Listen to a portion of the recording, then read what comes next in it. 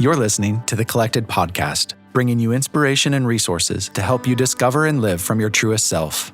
The Collected Podcast is a production of Collected Ministries, a nonprofit organization dedicated to helping disciples of Jesus discover and live from their true identity in Christ, recognize and walk in their divine purpose within the kingdom of God, and experience growth in their capacity for mature, healthy relationships. Follow Collected on social media at Collected Ministries, and be sure to visit thecollectedpodcast.com for show notes and additional content related to today's episode. Here's your host, Tia McNelly. Welcome to Season 3, Episode 8. I am Tia McNelly, and as always, I'm joined by our producer and co-host, Jess Biondo. Hi, Jess. Hey, Tia. We're in the same screen. Yes, we're finally recording together for the first time in almost a year. Yeah. So we're so excited, and we're so excited to welcome our guest. Her name is Christina Wilcox, and she is an author and Enneagram expert, which we're excited to dig into today. She's a digital illustrator, a mental health advocate, and just an incredible woman to know. So we're excited to hear her story today. So welcome, Christina. Hi, thank you so much for having me. I feel very honored to be here, so I'm excited. Good. We are excited to have you. Our listeners and ourselves love the Enneagram. Oh, yes. Yay, so that's we're awesome. excited to dig in. But before we get into talking specifics about that, I was wondering if you could share with us a little bit about your journey and how you ended up writing your book and getting into the Enneagram in the first place. Yeah, so it's kind of crazy. I found out about the Enneagram maybe 4 or 5 years ago now. I don't even want to call it a career, but what I did before what I do now is I was mainly a worship leader. I had done it since I was like 12 years old and was working basically almost full time at a church doing worship leading. And one of the worship leaders I worked with consistently introduced me to the Enneagram, and I quickly became very obsessed with it. I've always been super into mental health and psychology and personality within the church and what that looks like in a godly way as well. And so I just kind of dove right in and didn't really think anything of it in the sense of I wasn't looking to pursue a career in it at all. I watched as my family and friends discovered their type, and I saw this unbelievable empathy and understanding cultivate from just knowing a number that kind of described what what your core fears and desires were. And I saw what an impact it made. And I wanted to introduce that into like our church staff and other things just to like create a sense of unity. And I was at a job at the time that wasn't the best creatively, was really toxic for my mental health. And I was kind of going through the ringer, was everything that I thought to be true about church and different people I loved and respected was kind of crumbling around me. Mm-hmm. And I needed some kind of outlet. And so right around the time Enneagram and Coffee exploded on Instagram, I was like, wait, people post about the Enneagram? I didn't think you could do that. Like for some reason in my head, I was like, that feels illegal, but I know it's not. Like anyone can post whatever they want. And so I was like, man, my friends ask me so many questions about the Enneagram. I should make a graphic about it and just like post it for them. I truly was not trying to start anything at all. Right. And I posted it from my personal account and started to notice that people really liked it. And so I just started kind of doing it for fun again as a creative outlet. And then all of a sudden in 8 weeks, I went from 800 followers to 30,000. And then my account just kept growing and exploding. And next thing I knew, I had a book opportunity, and then I was a published author. And the Lord just kind of took this really hard season of life where I felt like I couldn't be creative within the church. I felt like who I was inhibited me from being successful. And he took these words that were spoken over me and took this really rough experience I had and turned it into this whole other now job and life that I'm in. So it's really crazy. That's amazing. That is so cool. And so obviously the book deal was a huge surprise. Are there any other ways that you saw God show up in surprising ways as you continued to pursue this path? Yeah, I think even just the general 8 weeks of when my account was growing, I was leaving that job, searching for another job, and felt so defeated and just confused. It was my first real experience with church hurt, and I didn't really know what to do with it. And the fact that when I felt like everything around me was just gone and I don't know, just not what I thought it was, the Lord just like gave me this whole new experience, and it really breathed life back into my spirit of like, no, I am taking care of you through this. And I know that this is hard, but I have something else for you. And like looking back, I never would have left that situation, and I never would have left what I had been doing my whole life if the ending hadn't happened and if this next season hadn't started. And there's been so many moments throughout of just even different people I've gotten in contact with that I have looked up for my entire like young adult life that now consider me their peer is just like unbelievable. Right? Nothing I could have ever imagined or dreamed. And it's every day I kind of wake up like, what happened? I don't understand. So the Lord's hand is truly in all of it for sure. I feel like there are people listening who are experiencing endings right now that are going to be really encouraged to be reminded that every ending is the beginning of something new, and that the Lord always exceeds our expectations and what our imagination can come up with when we're submitted to Him and we're following Him. And so that is such an encouragement, even to me personally right now, to just know He's always going to go above and beyond with the next right thing in Him as we follow and submit and live by the Spirit. So that's beautiful. Thank you. That's so good too. I think that I am thankful that I have a story of a really devastating ending into something that was more than anything I could have imagined. And I do hope it is an encouragement to you guys and your listeners. And I just appreciate you allowing me to be here to share that story. Yes. Well, hey, let's talk about your book, because that was probably one of your biggest surprises. Yeah. And so, sorry. Well, I was just going to say, with Valentine's Day coming, we would love it if you would take part of what you highlight in your book is how to love each type well. And we know that the Lord has called us to love each other with His love by His power, and understanding each other and having a clear path to loving each other well is so important. And so we would love it if you'd tell us, first of all, a little bit about the book, and then maybe we'll just take it like type by type. Sound good? Sounds good. Okay. Yeah, sounds great. So the book was a total surprise for sure. I woke up one morning in October of 2019. I mean, what year is it? And had an email.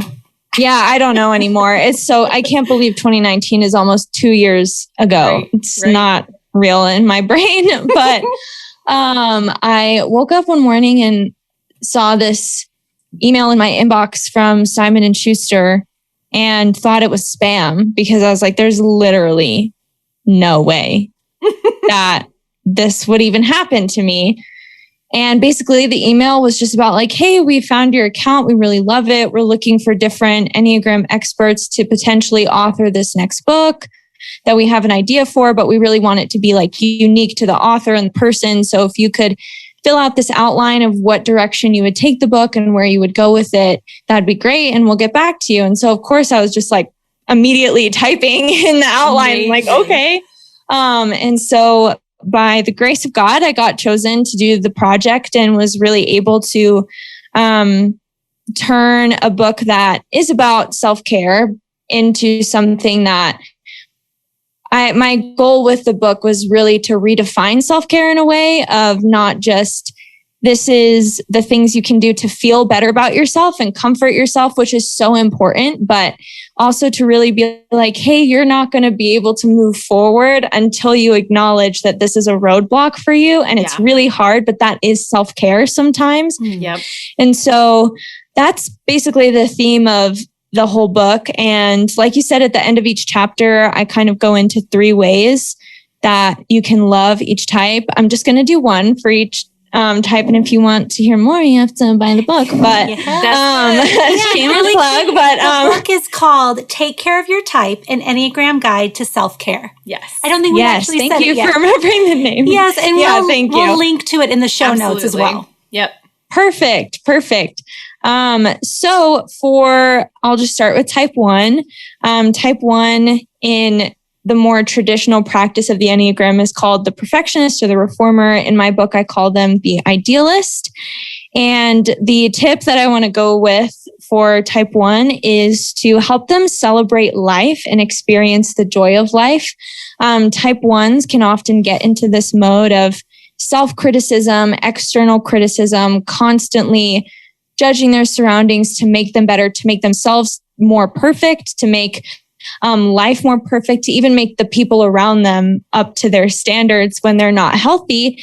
And as a, spouse, partner, friend, anybody, one of the best ways to help love a type 1 is to just create the space for them to enjoy life without feeling like they have to fix it, or just reminding them that there's joy in the little things, that even if there's still 3 more tasks on the to-do list, you're allowed to take a break and take this walk at your favorite spot with your favorite coffee in hand and just enjoy and savor what God has given to you. Yeah. So that would be, I think that's my favorite tip from type 1. For the helper, I think something that a lot of helpers crave is quality time. They're incredibly warm people, incredibly loving, but they often overextend themselves to serve and help other people. And that could even turn for them when they're unhealthy into resentment because they aren't being loved for how they thought that they would be. Right. And so a way that you can really show a type 2 in your life love is to just put yourself in their shoes and plan them a date, plan them a day or outing, or I guess not outing during this time, but indoor occasion that they would have done for you.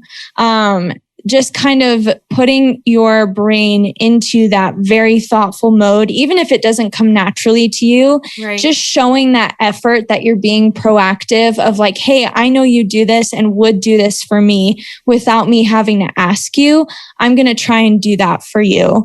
And so just kind of surprising them with that and just being proactive in it and not waiting for them to initiate that quality time, if that makes sense. That's good. For type 3, give me one sec.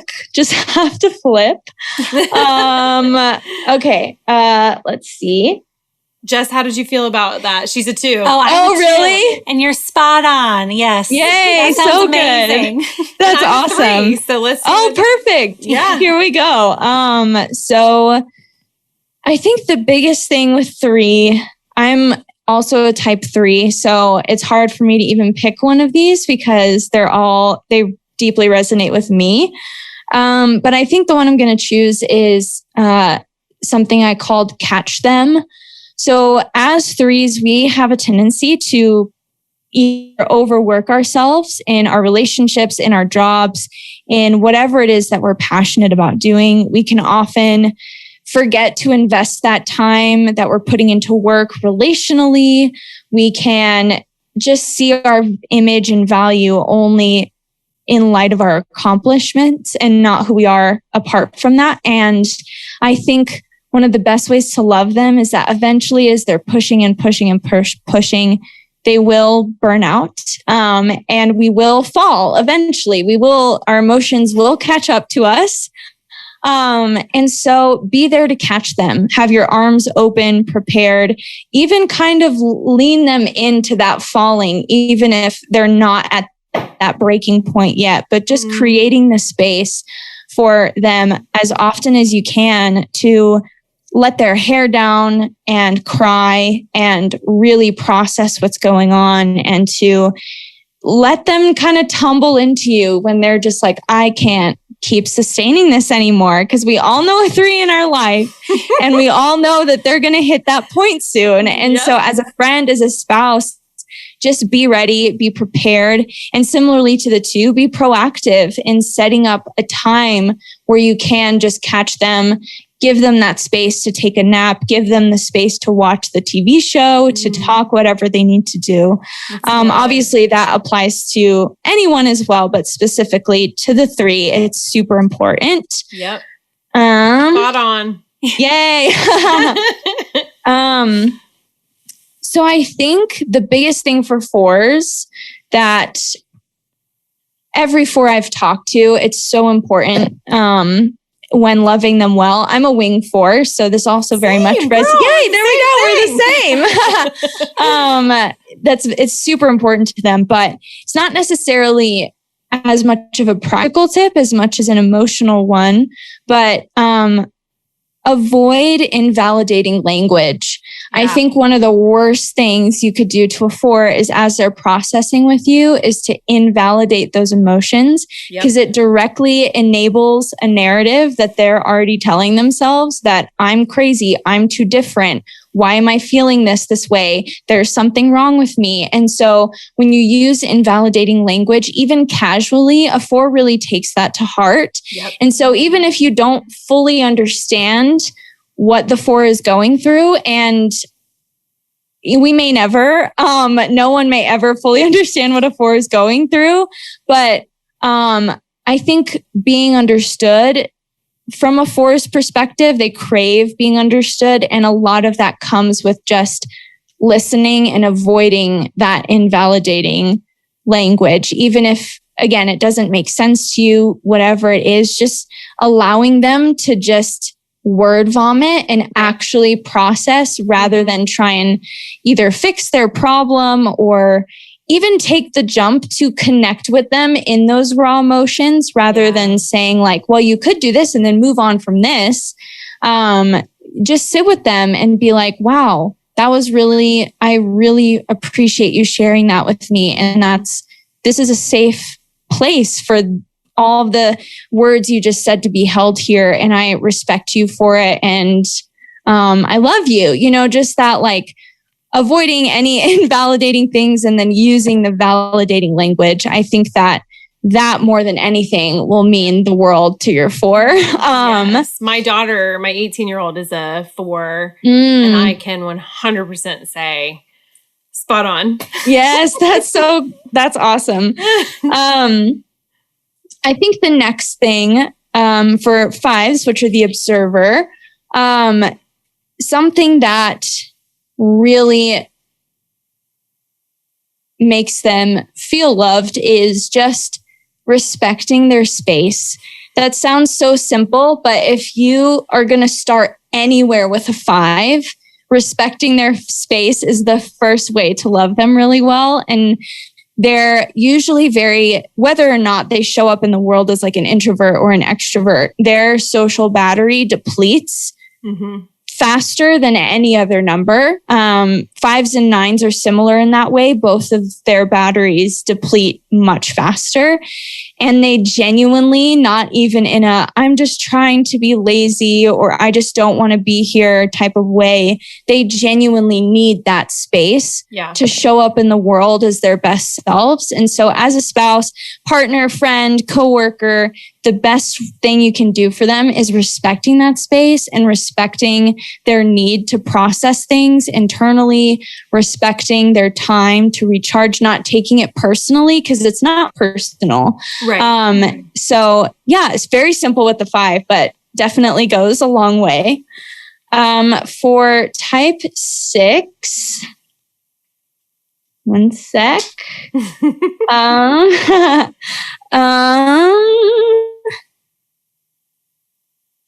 I think the biggest thing with type 6s is actually taking their worries and concerns into consideration. Sixes are known to be worst case scenario processors. They process things around them as this best thing could happen for sure, but all of these other bad things could happen. And so often, I guess similarly to the 4-2, we use invalidating language of, well, it is going to be okay, and you are safe, and you shouldn't be worrying that much. And that may be true, but what a 6 really needs is for you to say, you know what? I don't understand, but I see how those concerns are valid for you. Let's completely flush them out. My mom is a 6, and she said kind of going to that worst case scenario willingly and processing what will happen at the very end of that scenario helps so much, because in the end, she usually sees for herself that she'll still be safe and things will still be okay, and she'll still be able to move forward in some way. And so rather than kind of disabling their internal experience with their worry, allow them to bring it to light. The fact that they're bringing it to light with you is super vulnerable. So take care of them in that and be like, sure, let's flesh this out. I want to make you feel secure. And this is a way that I can help do that. That's good. For the 7, I think one of the biggest things for 7 as well is taking them seriously.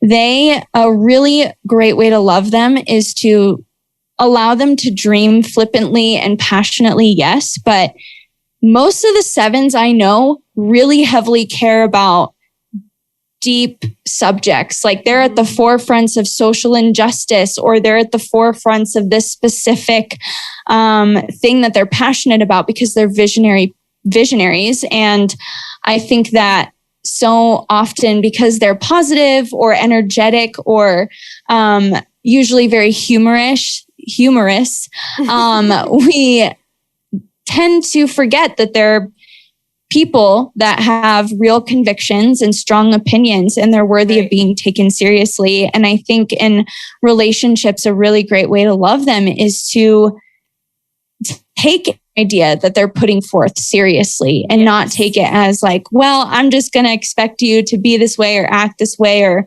why are you so excited about it? That's kind of a turn off for me. I don't think that you're really that excited, because often 7s are genuinely excited.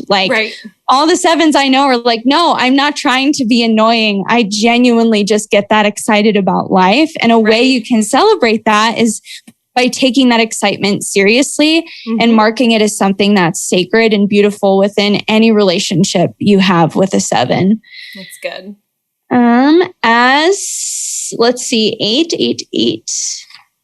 I think something that every 8 needs to be accepted and loved for is their intensity. And I think that that's something we often just automatically label as negative and wrong, because if we've had an experience with an unhealthy 8, we know that that intensity can come across as rudeness and anger and insensitivity. But just like every number who acts in unhealth, it's a defense mechanism and a coping mechanism for 1,000 other fears and desires. And for 8s, something I've heard a lot is they often feel like in relationships that they're too much, and that they never will really be loved because they are too much.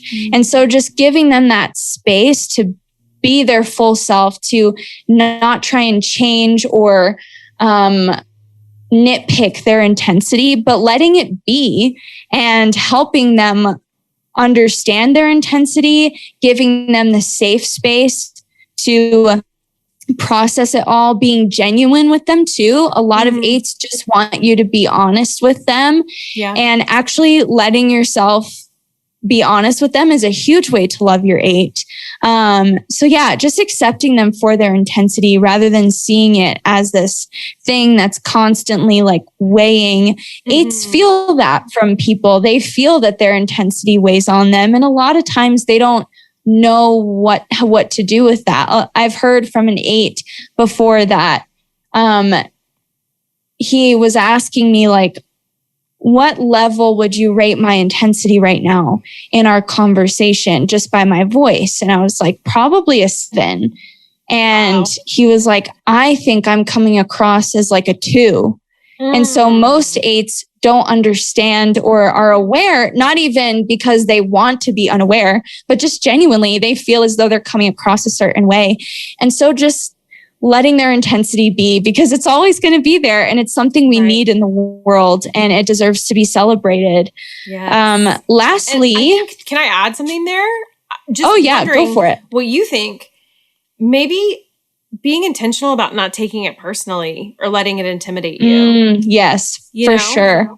That's the work that we can do in that relationship. Because again, you can't change anybody. You can't change someone's personality, but you can change how you receive their personality. And that's such a great work to do with every numbers, just learning what to take personally and what to not take personally, for sure. Lastly, with our sweet peacemaker 9s, one way a 9 will feel really loved by you in any relationship is just respecting their struggle with conflict. A lot of 9s feel like there is something wrong with them too in the way that they deal with conflict, that they have to change how they deal with conflict, which in a sense, we all need to change how we deal with conflict. Right. But for 9s, we often just see them avoiding conflict as this negative thing, where for a lot of 9s, they know how to deal with conflict in a healthy way. And they're just listening and processing, and they need time before they say something. Yeah. And so just as you respect an 8's intensity, you respect a 9's lack of intensity in a way of like, this is something that you need to go through. And I'm not going to take that personally either. And saying you're allowed to process as much as you need, and you're allowed to be who you are in the midst of conflict. And I feel like a lot of 9s feel, again, ashamed for, or they're often painted as these doormats that people walk all over. And sure, that can happen in unhealthy states of mind. But for the most part, it's usually because we don't give them the space to actually say what they're going to say, because they do have something to say. So respecting their pace, respecting how they show up, is a really great way to love them. So those are my little tips for all the 9 types. So good. Thank you. That is, I mean, I feel like people should pay good money to get the other tips of this book. Oh, thank you. And the tips are just the very end of each chapter. Yeah. There's all the rich content before the end of each chapter too. So this is a fantastic book. It's a great little preview of what's in store. So guys, thank you so much. Pick up this book. So encouraging. It really means so much to me. So thank you. Yeah. One final question as we wrap up. Is there any last word of anything that might be on your heart, like since you've finished writing the book and as you've continued your own personal journey, any word of encouragement for people out there in any direction? Is there just anything? I want to give you the space to just share anything that might be going on in your mind and heart right now. To be honest, it's one of the most dangerous questions you could ask me. I'm like known in my circle of family for like pulling out a soapbox and just stepping up real quick and then stepping down.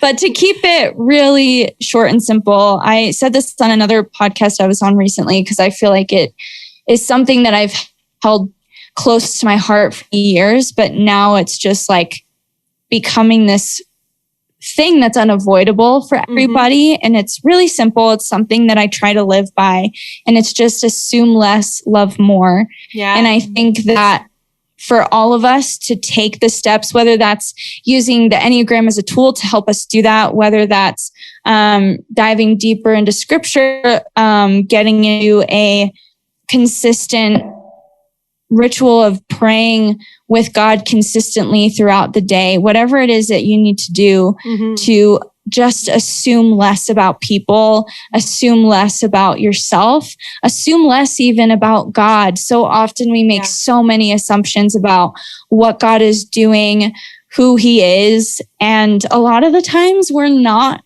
correct. So I think and that goes with people, that even goes with yourself, especially with different, in the language of the Enneagram, types that we all struggle with our emotions and we struggle with our feelings and the different traumas we've been through, and just taking the time to not assume anything about what is happening when those things are being brought up, not assuming something because this one person acted this way towards you, and just taking the moment to extend love and self-compassion and compassion in general in all situations is something that I think we all could do a little bit better right now. No doubt.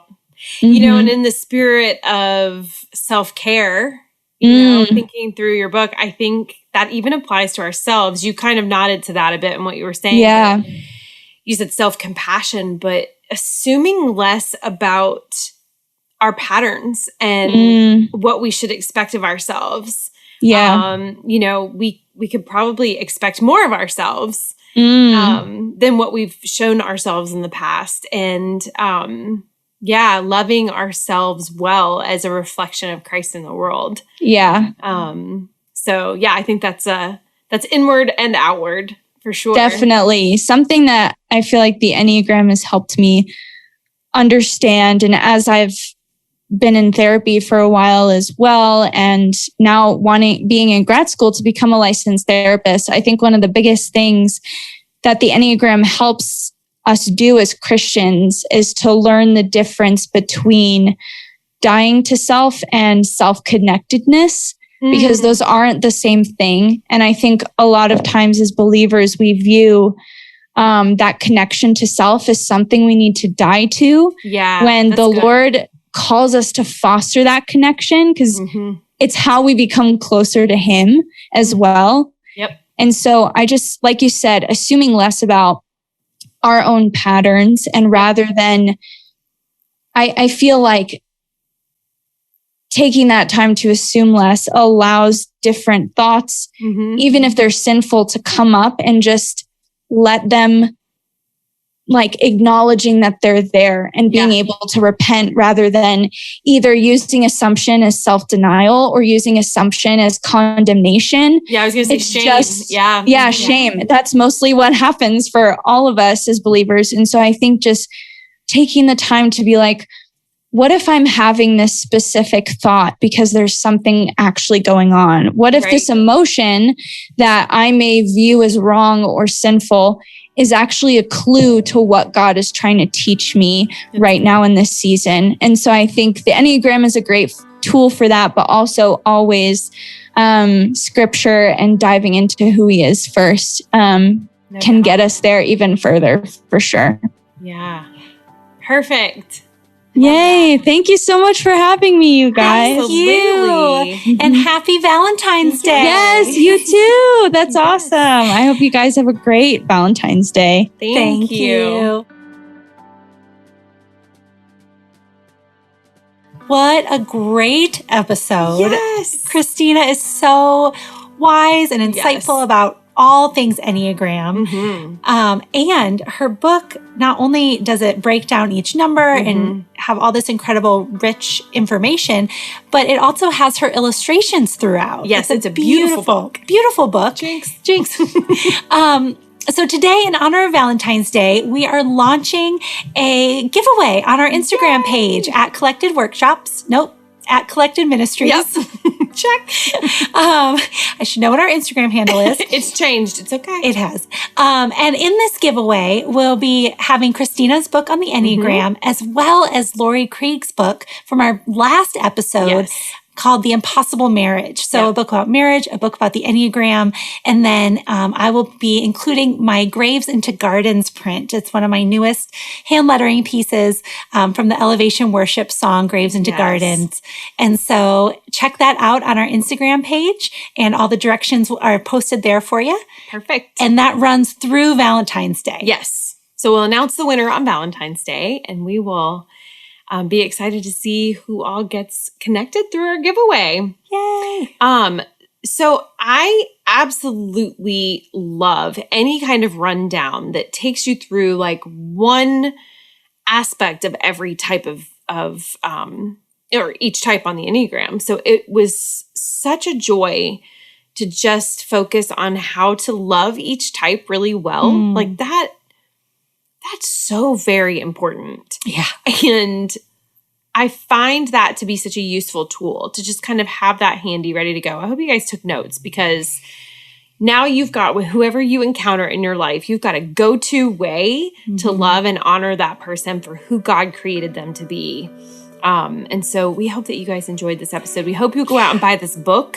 And if you didn't take notes, remember, I've taken them for you. True. On our website. So check out our website too, collectedministries.org, and you'll find all the show notes and details about everything that Christina shared about loving each number well. Yes.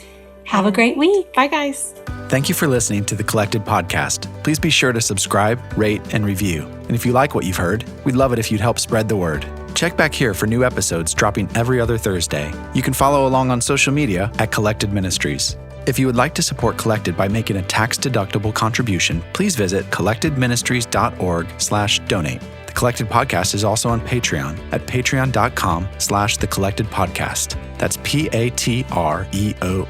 Become a patron for as little as $1 a month to gain access to bonus content, early bird ticket sales, giveaways, and more. You can also find Tia at Tia McNelly Notes and Jess at Spreza Foundry. Collected proudly supports and partners with Flourish Kenya, a nonprofit working to support and prevent unplanned adolescent pregnancy in rural Kenya. Learn more at flourishkenya.org. The Collected Podcast is produced by Jess Biondo and edited by Jacob Early. Music is by Asaf Elan.